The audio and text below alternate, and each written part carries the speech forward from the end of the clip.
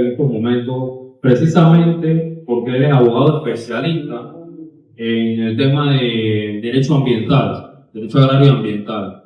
Y en ese sentido todos sabemos que en medio de la lucha que todos participamos, la gran mayoría de los que estamos aquí, contra ese contrato minero, la ley 406, hubieron dos vertientes jurídicas. Muchos decían que por ahí un recurso de inconstitucionalidad, otros decían que derogatoria de la ley, y entonces yo creo que esas dudas quedaron para muchos de nosotros en el aire. Entonces el profesor Barría pues nos va a exponer un poco de eso, así que le damos la palabra al profesor y amigo Luis Barría. Un aplauso para el profesor. Va a publicar el primer artículo de mi investigación principal, antes de que se diera el escándalo del año pasado con el contrato minero, la ley 406 y la demanda y fallo de constitucionalidad. Nosotros concursamos y planteamos a la Vicerrectoría de Investigación y Posgrado una investigación científica. Y esa investigación científica nosotros nos la ganamos e iniciamos en el año 2022 y precisamente se llama Propuesta de un nuevo Código de Recursos Minerales para la República de Panamá. Es importante entender que el derecho se organiza, obviamente, en tres grandes áreas, que es el derecho privado, el derecho público y el derecho social. Obviamente, esas áreas tienen diversidad de ramas. Nosotros somos catedráticos y estamos dentro de la Escuela de Derecho Social de la Facultad de Derecho y Ciencias Políticas. Específicamente, tenemos la cátedra de Derecho Económico y Ambiental. Pero quien tiene la cátedra de Derecho Económico y Ambiental en la Universidad de Panamá también dicta Derecho Agrario, Derecho de Minas y Industria. Entonces nosotros le planteamos a la Vicerrectoría que este país nunca había hecho una investigación en torno a qué es lo que estaba pasando y nosotros iniciamos la misma y cuando estábamos por culminarla, casualmente hace un año, lo teníamos que entregar en diciembre del 2023 y explota el tema, le dijimos a la Vicerrectoría, necesitamos un año más. Porque lo que aquí ha ocurrido y veníamos nosotros trabajando, esto va a ser una fuente de información tremenda. Entonces me permite eso a ustedes plantearles desde un poquitito de preámbulo de lo que usted quizás podrá leerlo en la revista Cátedra en el mes de octubre, qué ha venido ocurriendo, Ángelo, antes de llegar al punto del mismo contrato de ley, de la ley 406 y del fallo, porque en el año 1903, cuando nos independizamos con la Constitución del 4, esa Constitución que era de corte liberal, el país ha tenido 4 constituciones, 2 constituciones de corte social. La Constitución de 1941 y la actual de 1972 son constituciones de corte social. La Constitución del 4, del 46, no lo es. Entonces, en la Constitución del 4, el Estado reconocía que las minas, el yacimiento, los minerales que pertenecían al Estado, también decía la Constitución que podían ser objeto de titulación. Incluso en el Registro Público de Panamá, que es una de las primeras entidades que se está, yo fui director del Registro Público de Panamá, y en este artículo científico estoy poniendo algunas imágenes de los tomos de minas, se comenzaron a registrar, aunque no lo crean, las minas como título de propiedad. Así como si usted fuera dueño de una finquita o de su casita, usted era dueño literalmente de una mina. No hubo código en la República de Panamá hasta el año 1916, con la ley 1 y 2 del 16, que se aprobaron los primeros 6 o 7 códigos. Me tocó a mí, cuando fui diputado, ser presidente de la Comisión de Conmemoración del Centenario de la Codificación. Eso fue en el 2016. Y en la investigación que avanzamos en ese momento, uno de los primeros códigos fue el Código de Minas. Entonces, el primer Código de Minas aprobado en Panamá fue en la Ley 2 de 1916, en donde se publicó aquel código que también estoy poniendo extracto de la investigación. Pero adivinen qué, entre el año 1913 y el año 1917, que entró en vigencia, Panamá utilizó los códigos de Colombia a la ley evidente de Panamá. Entonces usted encuentra una cantidad de leyes que dice por el cual se modifica el Código de Minas de Panamá, pero realmente lo que estaba ocurriendo en el 1904, en el 1905, 6, 7, 8 hasta el 17, era que se estaban modificando los códigos que incluso habían sido redactados en tiempo de Simón Bolívar en la Gran Colombia. Esos códigos incluso tuvieron vigencia hasta cercanos o entrada ya a la década de 1930. Eso no debió ocurrir. Si usted es un país independiente, lo primero que usted tiene que hacer es dejar de regularse por las leyes del Estado del cual se está independizando. Pero bueno, parte de la historia, parte del problema de no haber estudiado la historia. Entonces, hasta el 17 que se aprueba el primer código, ese código refuerza todavía más el tema de la figuración de minas. Y no es hasta la Constitución de 1941 cuando taxativamente aquella norma constitucional nacionaliza literalmente las minas, da 20 años para que las que estaban en manos privadas retornen, elimina del registro público el registro minero y comienza un proceso, obviamente, donde ya no se permitía ese tipo de apropiación privada del patrimonio del Estado. Esa constitución dura poco, en el año 46 entonces se hace una nueva, en 1946, y esta constitución tiene el problema vertebral que nos tiene sumidos, aunque no lo crean, en el desastre que ocurrió el año pasado con ese convenio. Como no se atrevían en el año 46 a retornar totalmente a lo publicado en la Constitución de 1904, se dio un bicefalo. Es decir, por un lado reabrieron el registro minero en el registro público entre el año 60 y el año 63, y hay unos tomos de aquellos años, y hubo una orden, una ley, por aquí, para que vean hasta dónde se llegó. Una ley que no es ley, ahora voy a hablar de eso de los decretos de ley, que es específicamente el decreto ley número 15, y dice, por el cual se establece el registro de concesiones y derechos mineros. ¿Sí? Entonces, qué interesante irse a un debate entre estas figuras, que aunque está en la Constitución, para mí es una figura que debe ser totalmente proscrita. Gracias a Dios ya no la han utilizado en los últimos 3 años. Claro, claro. Usted la está trayendo, puede repartirla para que se den poco, para que la circulen, las dos. Es más, esta es distinta. Esta es donde se dan los poderes extraordinarios para hacer el nuevo código de vida. Es que hay que conocer la historia para poder entender el presente, porque a veces creemos que los problemas, por eso comencé la disertación diciéndole, es que el tema minero fue el primero el año pasado. No, es que esto tiene unos antecedentes tremendos. Entonces pueden ir circulando, porque esto es parte del problema, reabren el registro minero, reinscriben una cantidad de títulos mineros que ya habían sido nacionalizados por la Constitución del 41, pero no se atreven a profundizar y aprueban en el año 1963, a través nuevamente de la figura de los decretos de ley, es decir, el tema minero prácticamente lo han estado legislando a través de decretos de ley y no de leyes. Evitaban los debates en la Asamblea, porque los decretos de ley se discutían en el secreto del Consejo de Gabinete. Entonces, ha sido un tema tradicional y aprueba en el año 1963 lo que hoy conocemos como el Código de Recursos Minerales, que es lo que yo les enseñaba, que les he dado. Y ese código, al igual que la Constitución del 46, se inventa en una figura jurídica. Saludos, Saúl, tú eres abogado también. Es importante que tengan en este tema del usufructo. Se inventan el usufructo minero.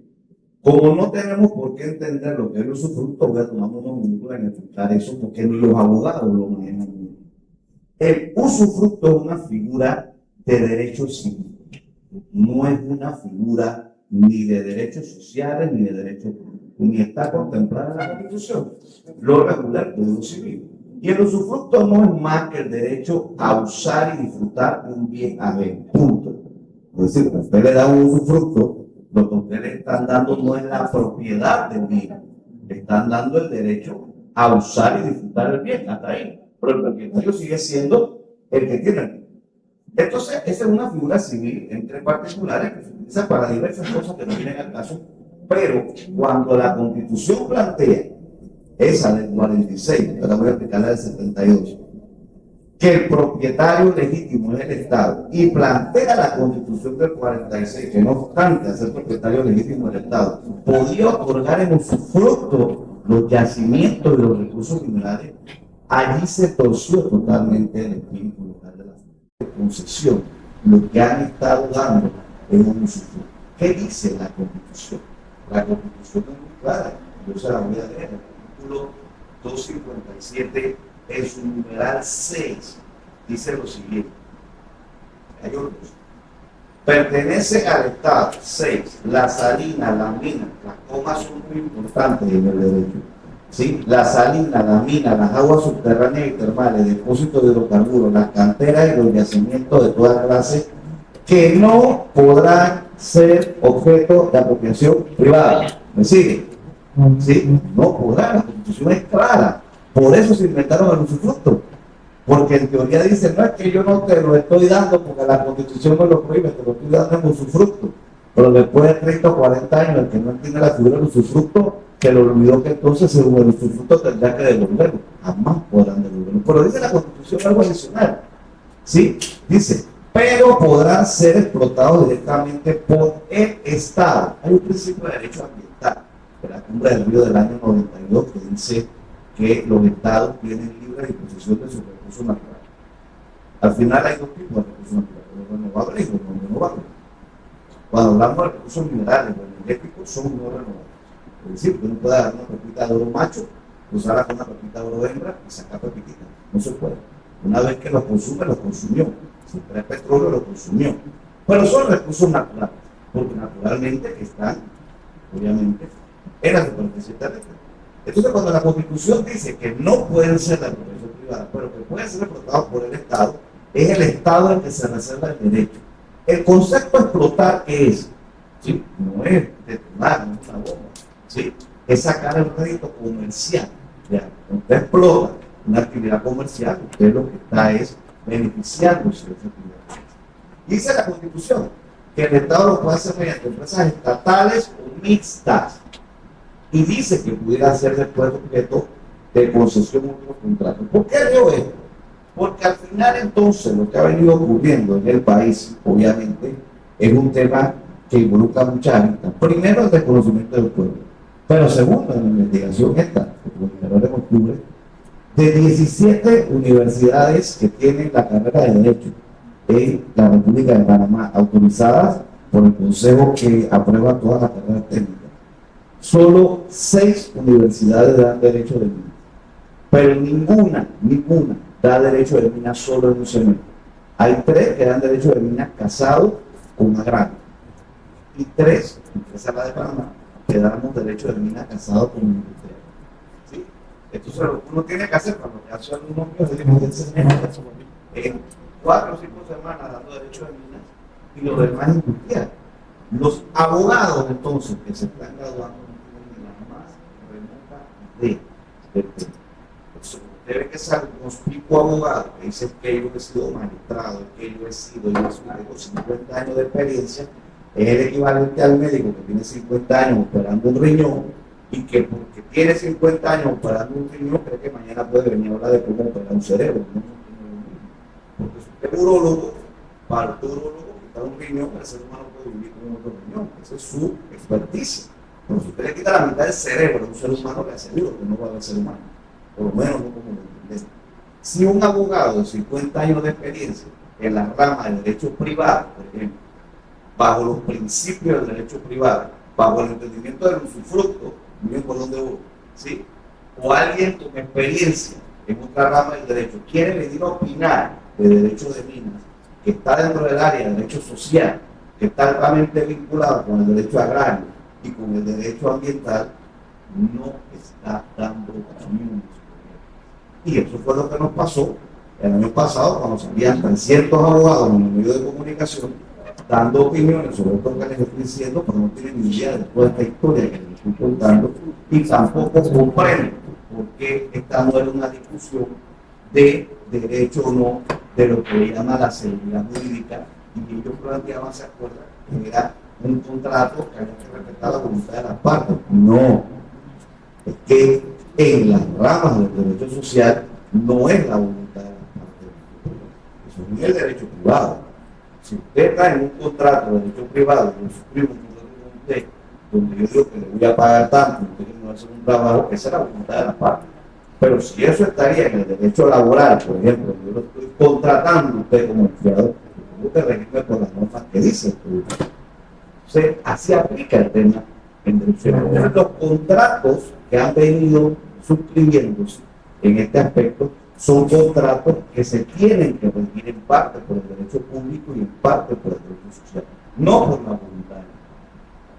El tema del arbitraje, que tanto nos sacan, si ustedes me preguntan a mí, eso no tiene ningún solo.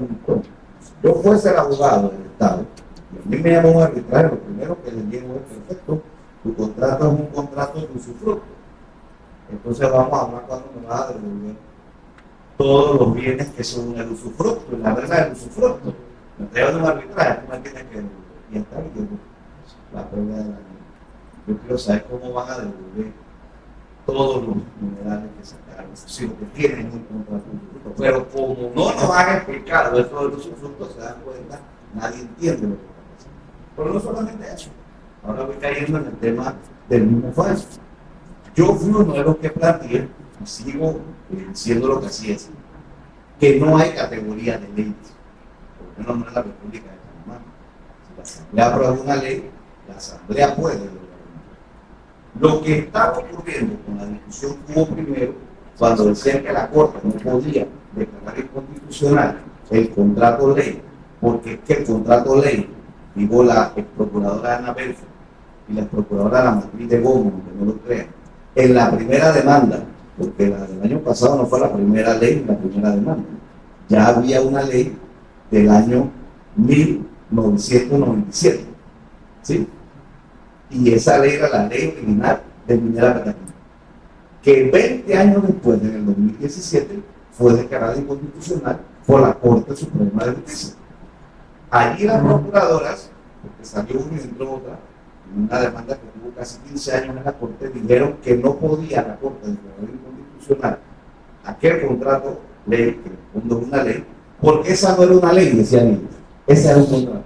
Y la Corte dijo, están totalmente equivocados.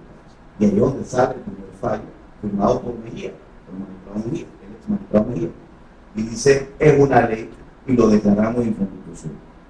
La Corte se pronuncia en el 2017 declarando inconstitucional la ley 9 de 1997, firmada por Ernesto Pérez Valladares en ese momento y por la Asamblea Nacional, que era el primer contrato de esto que ustedes entienden. Cuando ese fallo sale, entonces el bufete que llevaba el caso Morgan y Morgan mete algo que ellos le llaman un recurso de reconsideración y una advertencia de inconstitucionalidad. Eso hace que la Corte no publique ese primer fallo. Se va el 17, completo el 18, el 19, el 20, ya estábamos en pandemia. Y en el 21 finalmente la Corte decide, ¿sí?, publicar el fallo con otro fallo adicional donde dice que el enfermo no tiene razón, y es allí donde ocurre el tema de el cese de las operaciones mineras, que se hace memoria, recuerda al gobierno pasado diciendo que la empresa no quería renegociar. Muchos dijimos que no puede renegociar nada. Si ya la Corte dijo que es inconstitucional, entonces está bien, decían que seguían operando hasta el 21 porque no se había publicado el fallo, pero ya se publicó el fallo del 21. Entre una cosa y otra, hicieron otro contrato cuando estaban violando lo que se llama el derecho, ¿sí?, cosa juzgada constitucional. Si ya la Corte se pronunció en constitucionalidad y dijo en ese fallo del 17, es que los minerales son propiedad, como les acabo de leer, del Estado. Si es que usted quiere dar algo como concesión, tiene que ser por licitación pública, dijo la Corte desde el 2017. Y no puede seguir otorgando las concesiones como tal. Y ese contrato queda totalmente anulado. Se hicieron los locos, pasó el 21, el 22, y viene el año 23, y a través del Consejo de Gabinete, entonces pasan otro contrato que era exactamente lo mismo que el del 17. Cuando yo era diputado, hasta el 2019, ya eso lo intentó el gobierno del presidente Varela. Y nosotros en la Asamblea, que de todos los partidos, votamos en contra de ese contrato. Lo que pasa es que el pueblo olvida. En el mes de enero de 2019 llegó a la misma comisión, presidida por el diputado Nelson Jackson, el mismo que después votó a favor, ¿sí?, el contrato de ley nuevamente de Minera Panamá. Y los diputados en ese entonces dijimos en contra. Y por eso se rechazó. Pero mantuvieron la misma. Y todo lo que les estoy comentando que es importante entender, porque volvemos a la pregunta inicial. Creemos que el problema fue el 2023. No. O sea, esto viene siendo consecutivo.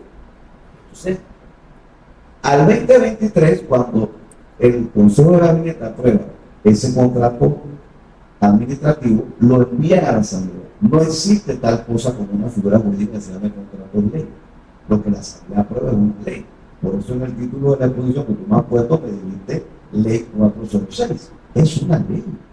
Ya la Corte había dicho en el 17 que eso se podía declarar inconstitucional una ley. Pero nosotros metimos primero una advertencia de inconstitucionalidad, fuimos varios los que presentamos eso, pero también un desacato. El Poder Ejecutivo estaba en desacato, un propio fallo de la Corte. Si la Corte dijo que tú no puedes hacer un contrato por esa vía, lo declaró inconstitucional, ¿cómo que el Ejecutivo volvió a intentar? Entonces ya venía con un vicio todo el proceso de elaboración del contrato, que era idéntico al que intentamos pasar en el 19, idéntico al que había sido declarado inconstitucional en el 17. Lo que ocurre entonces es que la Corte, una vez que aprueba, tiene dos efectos. El famoso efecto ex nunc y ex tunc, está hablando en chino, el profesor Barrio, les explico. El gran problema, por lo que algunos decían, que era por la asamblea que tenía que derogarse, cuando usted lee la ley 406, que declarada inconstitucional, tenía un artículo 3 que decía lo siguiente: esta ley es de orden público y de interés social y tiene efecto retroactivo, adivinen a qué fecha, ¿sí? Al año 2021. ¿Por qué le pusieron en la asamblea el efecto retroactivo al año 2021? Por los efectos públicos que les voy a explicar. Como les estoy diciendo que al 21 la Corte publica el fallo de inconstitucionalidad, hasta ese instante podemos decir que la empresa legitimó la extracción de los minerales porque tenía contrato. Pero a partir de diciembre del 2021 ellos siguieron extrayendo oro, cobre y lo demás. Ya no había contrato. Entonces ahí había una lesión patrimonial, porque estuvieron extrayendo sin contrato. Eso es inclusive un delito de ley, el Código Penal. Usted no puede estar trayendo ni oro ni nada si usted no tiene permiso. Ustedes son un delito. Al hacer la ley 406 con efecto retroactivo hasta el año 2021, ¿qué ocurrió? Legalizaron la extracción del 2021, del 2022 y del 2023. Pero aunque la Corte fallara como falló la inconstitucionalidad, como los fallos de la Corte solo tienen efecto a futuro y no retroactivo, porque lo único que puede tener efecto retroactivo es la ley, ya me va siguiendo. Por eso es que salían un poco de abogados a decir, no, por la asamblea no, eso no puede ser una aberración. ¿Cuál aberración? Lo que estaban era protegiendo a su cliente, ya me entendieron. Lo que estaban era diciendo, y estamos en un problema, el país está ardiendo, pero bueno, como por los dos lados del lugar, vamos por la Corte, porque por lo menos al ir por la Corte no nos van a poder tumbar el efecto retroactivo, porque el fallo de la Corte es a futuro. Es lo que nos está pasando con las islas de Ocean Reef. No sé si ustedes han seguido el tema de las islas de Ocean Reef. O sea, por constitución, lo acabo de leer, lo puedo leer de nuevo, no me quiero pasar el tiempo que me han dado. Por constitución, lo que ocurre es que el fondo marino y el mar territorial en la República de Panamá, esto no es Dubái. O sea, no te comparas un país con otro país, que bonita la isla en Dubái. No. Allá ni siquiera del pueblo, porque allá en Dubái eso es de gris. O sea, que el pueblo no tiene derecho, pero por constitución, el título de la hacienda pública indica que es propiedad del Estado y no puede ser objeto de apropiación privada. Además, lo voy a leer, literatura de baño, lo que va a tocar aquí. Léeme aquí, Ángelo, lo que dice el artículo 258.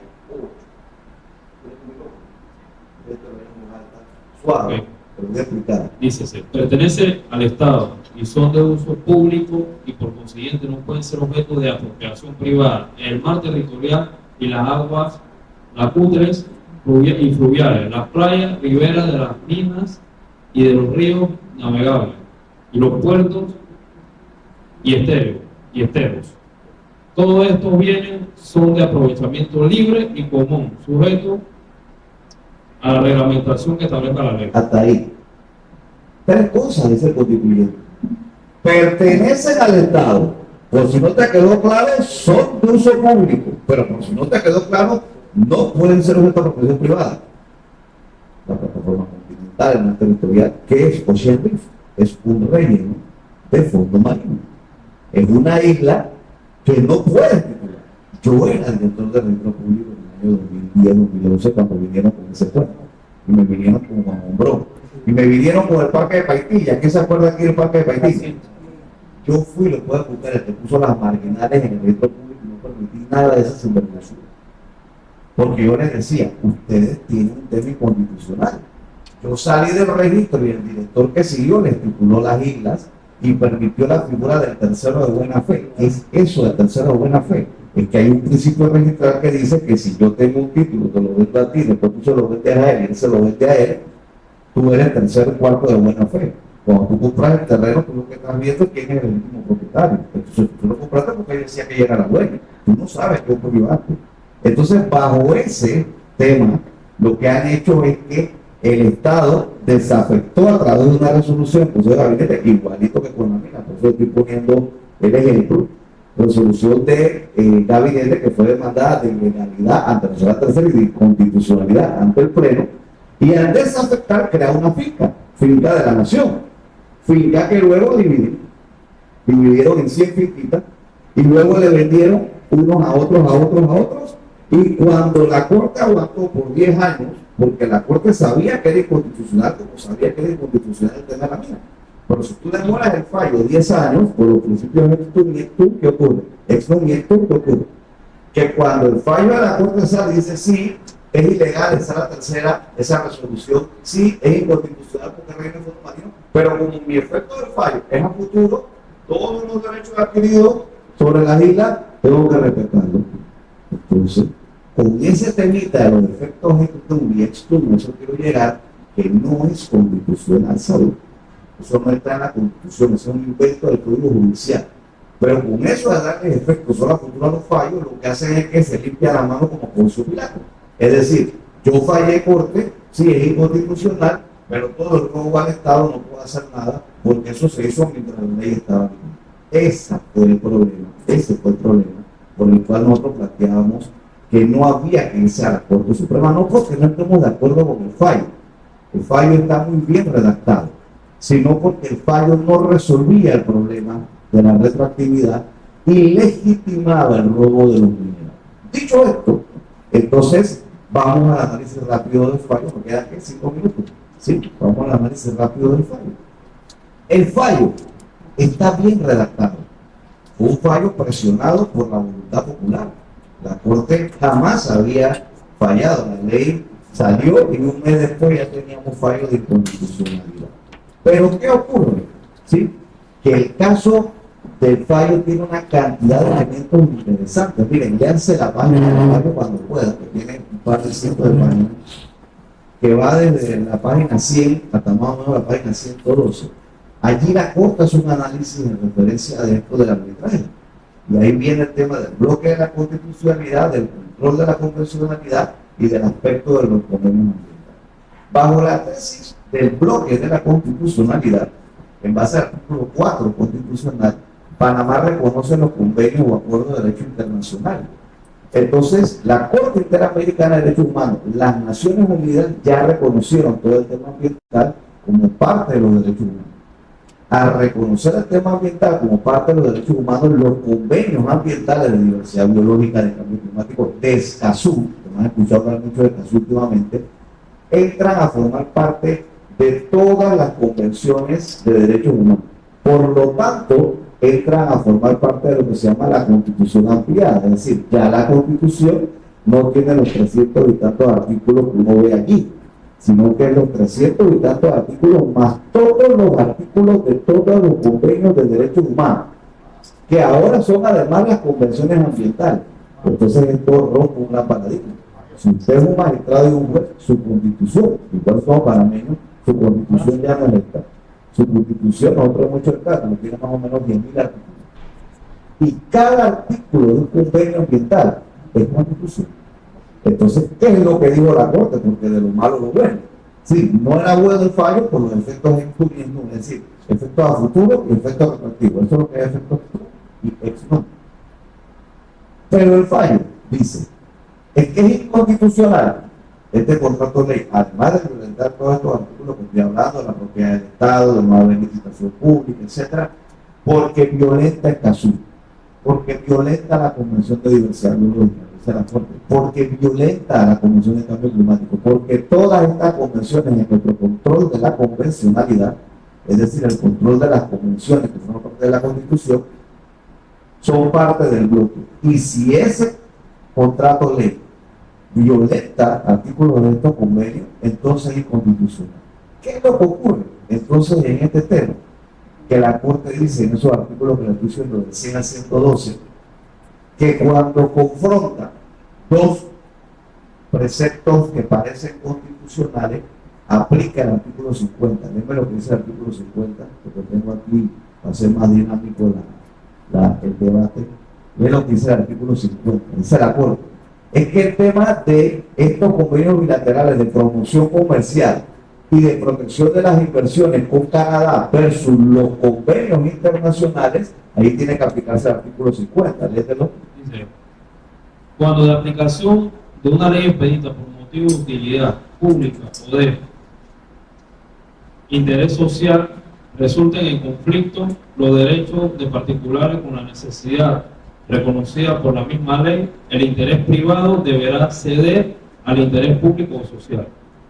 La Constitución está clara, lo que pasa es que no nos la han querido enseñar. Miren, yo tengo una propuesta para esta universidad y para el país. Aquí que se haga Constitución al menos desde el quinto grado, porque la Constitución no es para abogados, y menos para abogados que andan con el profesor Barría en tercero o cuarto año, y menos para abogados que se especializan en constitucional. La Constitución aplica ¿para qué?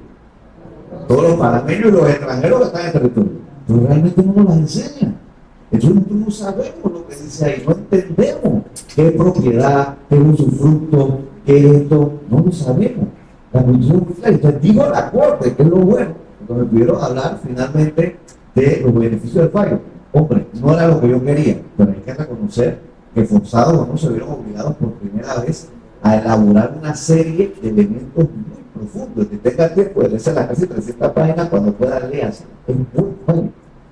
Y dice, cuando hay dos normas constitucionales que chocan, o sea, dos convenios, ante este artículo, el interés privado cede ante el interés público.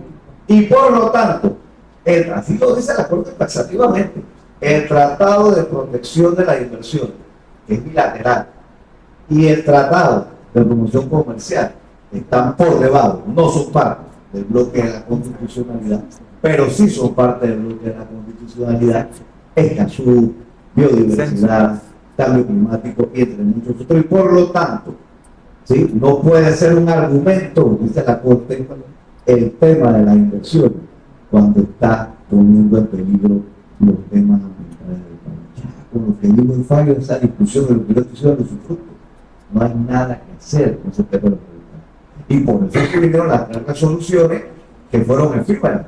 Esas resoluciones violentaban Escazú, me refiero a las tres resoluciones que determinaban de acceso restringido la información referente a la mina. Por eso es que ustedes ven que la resolución sale el viernes y la derogan el lunes, porque eran violatorias totalmente de Escazú y de la Constitución y de la Ley de Transparencia de Acceso a la Información, es decir, la Ley de la Verdad, y la Constitución también plantea la verdad. Dicho eso, entonces, y para concluir, el fallo de la Corte Suprema de Justicia es un instrumento que nos ha traído elementos ya de cosas juzgadas, es decir, 2, 3 fallos, me refiero al del 17, el del 21 y el del 23, y además 4 fallos adicionales que la Corte dijo, porque hubo otras demandas contra la ley 406, y la Corte dijo, ya aquí existe cosa juzgada constitucional. Cualquier gobierno que venga no puede volver en base a la cosa juzgada constitucional a darle ningún tipo de concesión como nosotros lo entendíamos, porque ya la Corte se anunció. Profesor Barría, entonces, ¿se puede o no explotar los recursos minerales? Eso es parte de mi investigación, eso es que yo planteo. Definitivamente la Constitución dice que sí. Lo que dice la Constitución es que quieren que lo explotan el Estado. La discusión va a ser social, aquí hay que darse en una discusión social de muchas cosas, porque es que explotación minera es también las canteras, de piedra, el tema de la arena, todo. Pero indistintamente lo que decida el pueblo con respecto al tema ambiental, el tema es más bien patrimonial del Estado. Es decir, de aquí en adelante, lo que hay que entender es lo que entendieron otros países. El Estado es el que puede explotarlo, lo acabamos de leer. Si se explota, que eso no es mi decisión, eso tenemos que llevar a debate, tiene que crearse un fondo soberano, eso puede llegar. Y si usted como Estado decide explotar, me explico, la mina que sea, esa, la otra o aquella, el 100% de los recursos que ahí salen tienen que ser para atesorarlos. Si usted está sacando oro, por ejemplo, eso quiero llegar, usted es el único país que saca oro y no se queda con el oro atesorado, con la plata atesorada. ¿Qué hacen los países? Los atesoran porque eso fortalece la ¿qué? La economía. Entonces, vamos a dividir las cosas. O sea, la discusión ambiental tenemos que hacerla. Si no queremos, pues no queremos. Pero si la discusión es desde el punto de vista patrimonial, sea lo que sea, ya no puede haber más construcciones. Ya no digo la Corte, lo dice la Constitución. Lo que tú puedes como Estado, lo acabo de leer, es crear las empresas estatales. Pero, profe, ¿qué es una empresa estatal? ¿Cómo usted cree que esto es una NSA, que es ENSA, que es ETESA? Y esa empresa estatal que tiene que ser estatal no ha sido creada, son varias. Usted puede llegar a hacerlas mixtas. ¿Cómo las hace mixtas entonces? Similar, aunque no me gusta el modelo, similar a cuál, a Cable, a Bueno. Pero si la va a hacer mixta, porque es una decisión, porque la Constitución lo permite, usted puede dar unas cuantas acciones, usted no va a hacer esa relación de dar el 49 ni eso. Usted puede dar unas acciones. Y hasta ahí usted, Estado, puede entonces contratar una empresa para que haga un trabajo y le paga por su trabajo. Pero solo usted pone por subasta pública la venta de los minerales. Ese es el tema del cobre. Eso es el cobre. ¿Se acuerdan? Hay un concentrado de cobre. Yo lo dije si ya hay fallo. ¿Qué tú estás discutiendo? ¿Que quién es el propietario? Pues si ya volvió la Constitución que el propietario siempre es el Estado. Subástalo.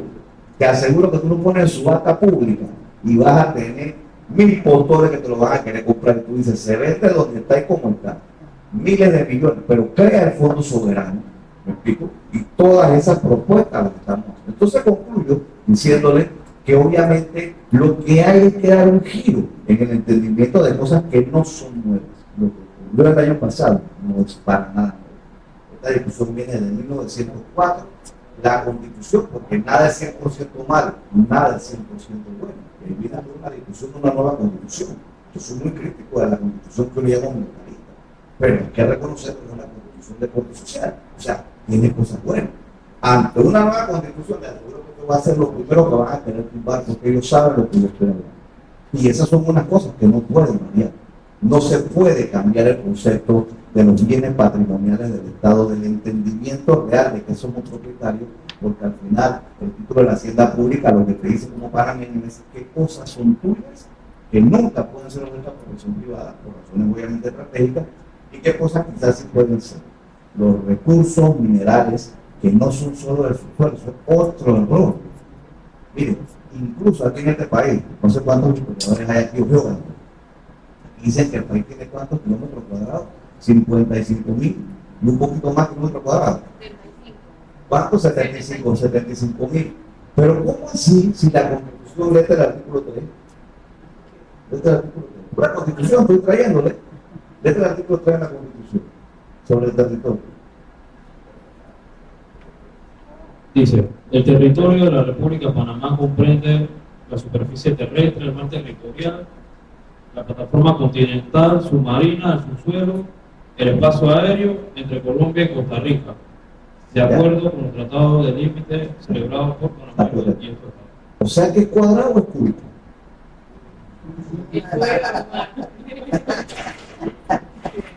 Aquí nunca se ha hecho esta discusión. Ahí tenemos 75.000 kilómetros cuadrados. Pues la Constitución te está diciendo que es para abajo y es para arriba. Entonces nuestro territorio es 75.000 kilómetros cuadrados. Es que, bueno, te repito, por eso es un artículo muy bueno que Panamá es el país de las 3 independencias, le llamé yo. Porque para mí, nuestra última independencia fue en 1999 y todavía no tenemos la soberanía económica. Pero no lo hemos comprendido. Ni siquiera comprendemos el territorio. Entonces nuestro territorio es mucho más grande de lo que pensamos. Y los recursos minerales, eso quería llegar, no es nada malo que usted está acabando. ¿Usted cree que se toma el oxígeno que le ponen en los hospitales? ¿Y dónde sale el neón que ponen en sus carros preciosos ahí con colorcito? Y el argón, y esto. Son gases nobles. ¿Se obtienen de dónde? Del espacio aéreo. ¿Y cuál era una de las cosas que tenía el contrato que me daba el espacio aéreo? ¿Usted cree que nada más era por el tema de los pajaritos y de los... Y en el subsuelo de la plataforma continental y del mar territorial en las aguas? Entonces, los recursos minerales son mucho más amplios de lo que pensamos. Y están también los recursos energéticos, que lo hay en Panamá como petróleo y como gas natural. Dicho eso, yo les agradezco la invitación, espero haber invitado un poquito de elementos nuevos, comprender que el tema de los recursos minerales, pasa por lo ambiental, sí pasa por lo ambiental, y la transición tiene que ver en ponderar el tema del movimiento. Yo soy ambiental, yo soy profesor ambiental. Pero quiero que entiendan que la génesis es un tema que patrimonial, de propiedad. ¿Quién es el propietario? Es el Estado. Y nunca puede, por constitución, el Estado puede titularle usted una finquita, porque la constitución lo dice, pero el Estado no puede dar en la propiedad de los municipios. Entonces, si lo explotamos o no, es un tema. Pero si lo explotamos, siempre no. Y cualquier empresa que venga, es para que lo extraiga y hasta ahí, te pago por usted.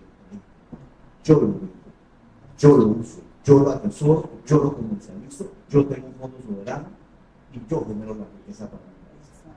Esa es la discusión que como Panamá tenemos que hacer y está aquí en la Carta Magna del 78. Muchas gracias a todos.